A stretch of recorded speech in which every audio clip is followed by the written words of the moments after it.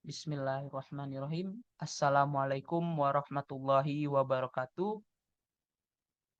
Perkenalkan, nama saya adalah Ahmad Romana Fakih dengan NIM 23364001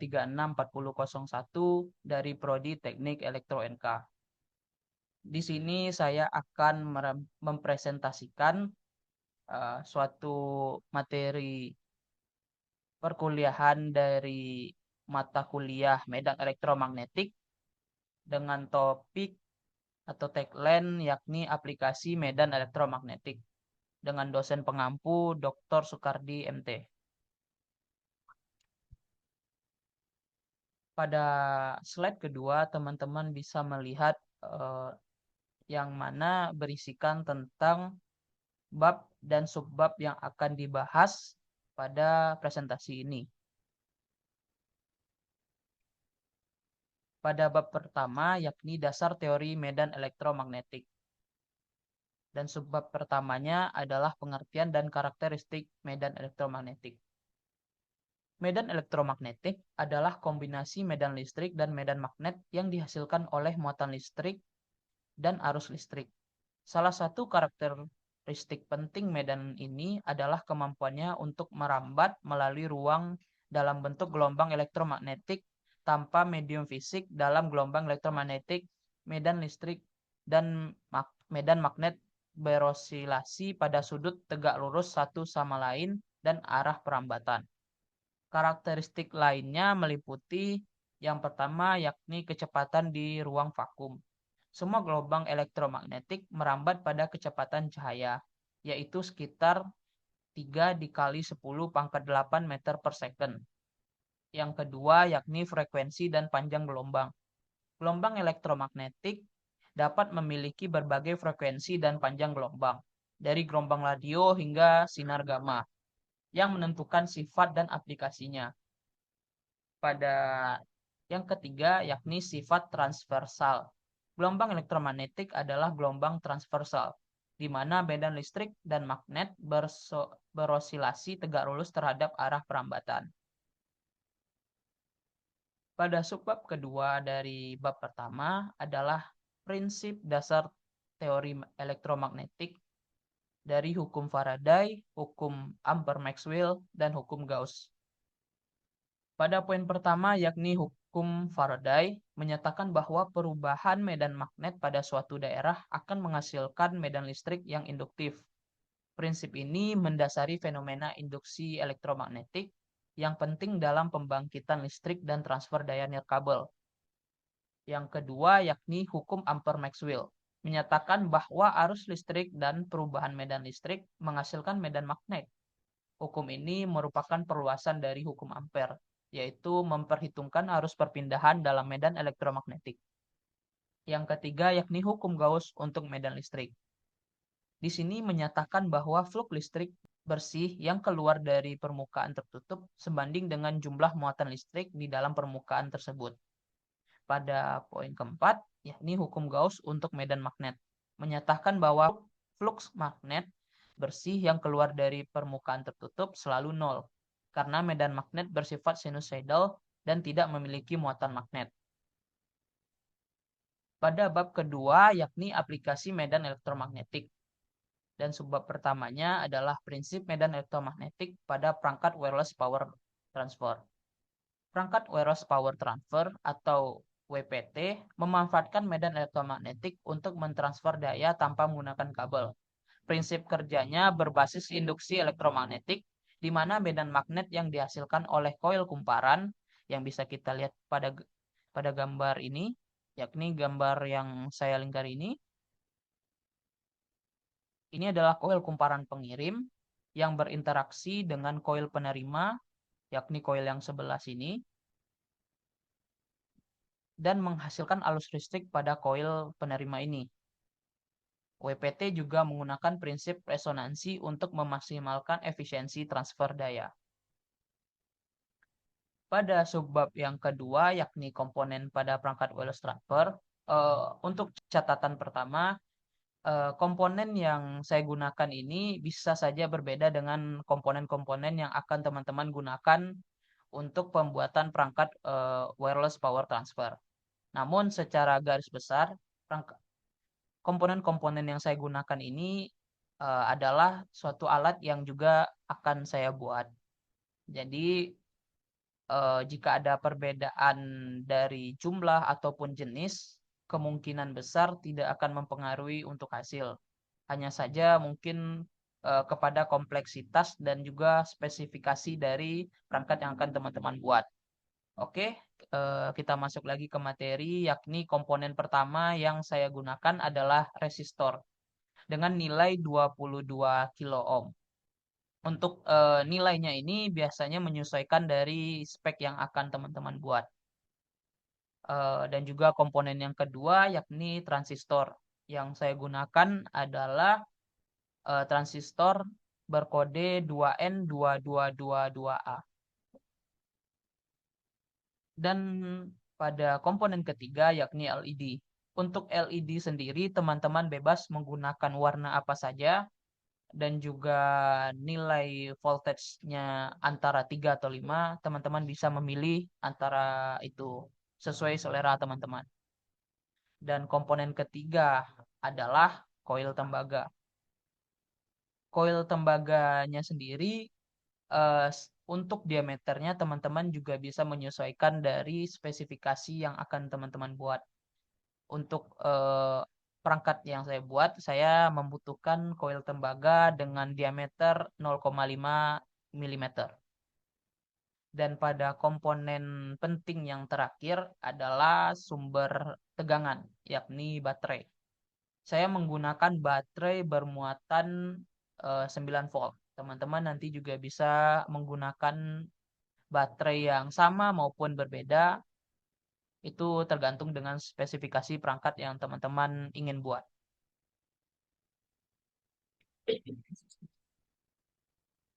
Nah, untuk slide ini, saya akan memaparkan suatu video mengenai perangkat yang dihasilkan dari komponen-komponen yang sudah kita lihat pada slide sebelumnya.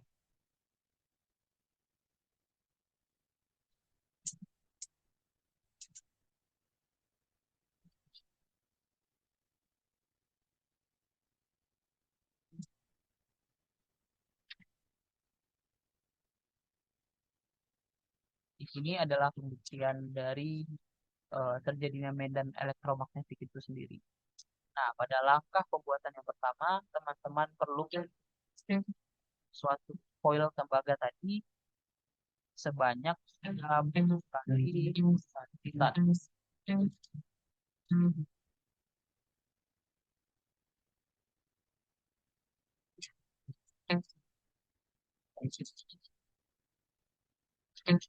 Lalu koilnya tersebut dikunci agar rapat dari setiap koil-koil tembaganya. Nah, pada ini ujung dari setiap koil perlu dihaluskan. Teman-teman bisa menggunakan metode bakar maupun metode pengamplasan dengan amplas yang halus itu. Ini kumparan penerima, kumparan yang disolderkan dengan LED.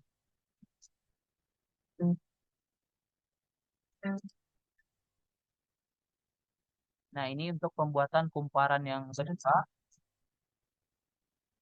lilitkan 15, lalu dililitkan di bagian atasnya, dibuat seperti di video ini, lalu kembali dililit 15 kali lagi.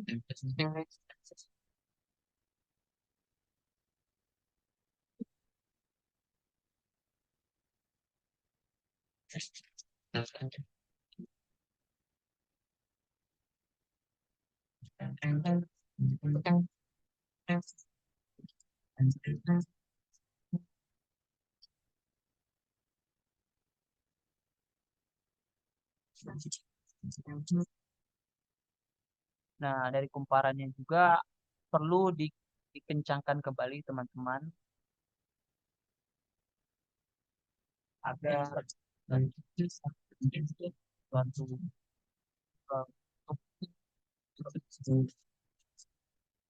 kumparan pengirim agar bisa berfungsi dengan baik dan optimal. Dan bisa kita lihat dari setiap ujung koilnya itu kembali dihaluskan agar memaksimalkan dari penggunaan transistornya digunakan pada saat kumparan pengirim. Sebelahnya di solder kepada kumparan sebelah kiri. Sebenarnya di solder kepada resistor bernilai 22 kilo ohm. Lalu kaki yang terakhir itu disolderkan dengan penghubung baterai. Nah, ini sebenarnya penghubung baterai ini tidak saya masukkan dalam komponen karena sifatnya ini opsional, teman-teman. Teman-teman bisa menggunakan ataupun tidak menggunakan itu sama sekali. Itu hanya komponen saja. Nah, lalu dihubungkan dengan baterai, lalu dites.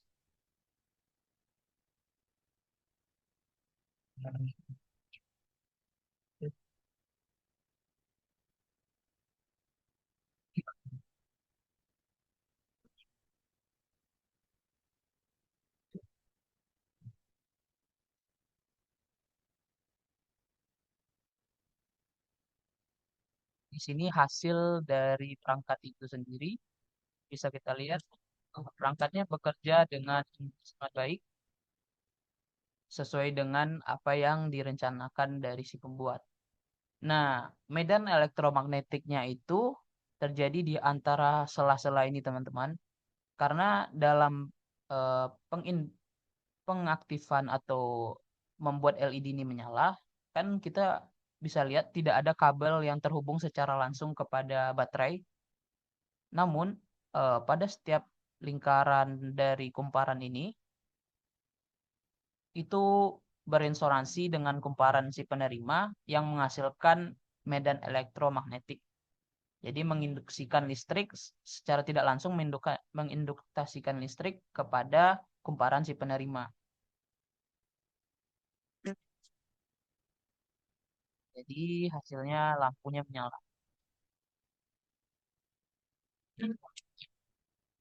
Makin jauh dari sang pengirim, maka cahaya semakin redup hingga mati. Oke, kita lanjut kepada bab ketiga, yakni kelebihan dan kekurangan perangkat wireless power transfer. Pada subbab pertama, yakni kelebihan. Yak, eh, yang pertama adalah kepraktisan. Pada perangkat wireless power transfer, tentu kita tidak memerlukan yang namanya kabel sehingga lebih praktis dan juga fleksibel.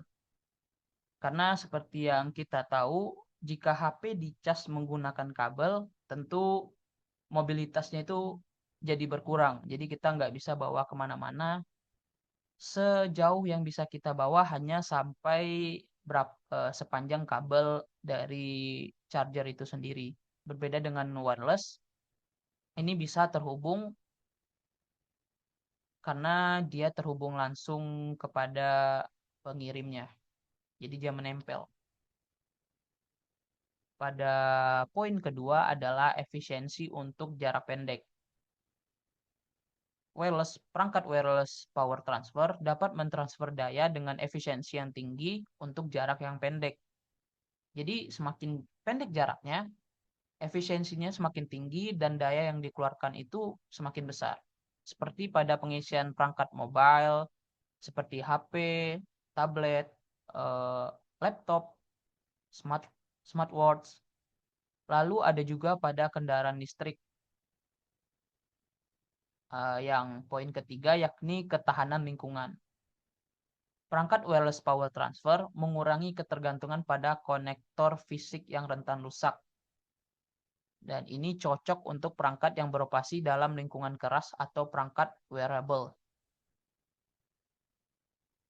Dan kita lanjut kepada subbab yang kedua dari bab ketiga adalah pada poin pertamanya efisiensi menurun pada jarak jauh. Nah, ini berbanding terbalik dengan kelebihannya jika jaraknya semakin dekat. Tentu pada efisiensinya pada jarak yang jauh akan semakin berkurang seiring bertambahnya jarak. Jadi, seperti yang bisa kita lihat pada video tadi, semakin jauh jarak sang penerima dari sang pengirim, maka semakin jauh lampunya semakin redup dan pada titik terakhirnya lampu tersebut mati atau tidak menyala sama sekali. Karena pada konsep wireless power transfer ini ketergantungan dengan jarak. Nah, jadi itu jadi kelebihan dan juga kekurangan dari perangkat wireless power transfer itu sendiri. Dan poin kedua yakni biaya produksi yang lebih tinggi. Tentu penggunaan komponen dan juga teknologi dari wireless power transfer biasanya lebih mahal dibandingkan transfer daya konvensional dengan kabel. Karena emang teknologinya bisa dibilang sudah mulai umum, namun masih belum banyak digunakan oleh khalayak ramai. Jadi ya biayanya masih mahal. Namun mungkin pada tahun-tahun berikutnya harganya bisa berkurang atau menurun seiring bertambahnya tahun. Pada poin yang ketiga adalah potensi interferensi elektromagnetik. Wireless power transfer menghasilkan medan elektromagnetik yang dihasilkan dapat mengganggu perangkat lain di sekitar. Jadi jika teman-teman membuat perangkat yang berspesifikasi tinggi, tentu medan elektromagnetiknya itu juga sangat tinggi yang berakibat buruk kepada perangkat di sekitarnya. Contohnya handphone yang teman-teman miliki tentu akan terganggu pada konektivitasnya ataupun pada kinerjanya yang bisa jadi menurun ataupun bahkan sampai rusak karena terpapar medan elektromagnetik yang sangat tinggi. Jadi ya itu juga menjadi kekurangan dari wireless power transfer. Dan poin yang keempat dan juga terakhir adalah keterbatasan daya. Nah, pada wireless power transfer biasanya hanya dapat mentransfer daya dalam jumlah terbatas, sehingga kurang cocok untuk aplikasi daya tinggi tanpa modifikasi khusus. Jadi, jika pada kabel ataupun charger yang biasanya seperti ini, itu pada umumnya bisa mengecas suatu perangkat hingga 120 kalau tidak seingat saya tuh ada charger HP yang bisa ngecas sampai 120 watt. Sedangkan pada wireless charger yang paling tinggi itu mungkin baru sekitar 18 watt atau 25 watt gitu. Jadi masih keterbatasan dari daya yang bisa ditransfernya. Itu juga diakibatkan karena perangkatnya juga seadanya atau tidak itu perangkatnya emang didesain seperti itu. Jadi emang dayanya itu tidak sebesar dari eh, charger yang menggunakan kabel seperti ini. Sekiranya teman-teman ingin bertanya, teman-teman bisa bertanya kepada saya melalui kolom komentar ataupun DM langsung. Jadi saya juga ucapkan terima kasih kepada teman-teman atas apresiasi dan juga partisipasinya. Saya selaku pemateri, mohon maaf jika ada kekurangan dan kesalahan. Saya akhiri dengan wabillahi taufik wal hidayah. Wassalamualaikum warahmatullahi wabarakatuh.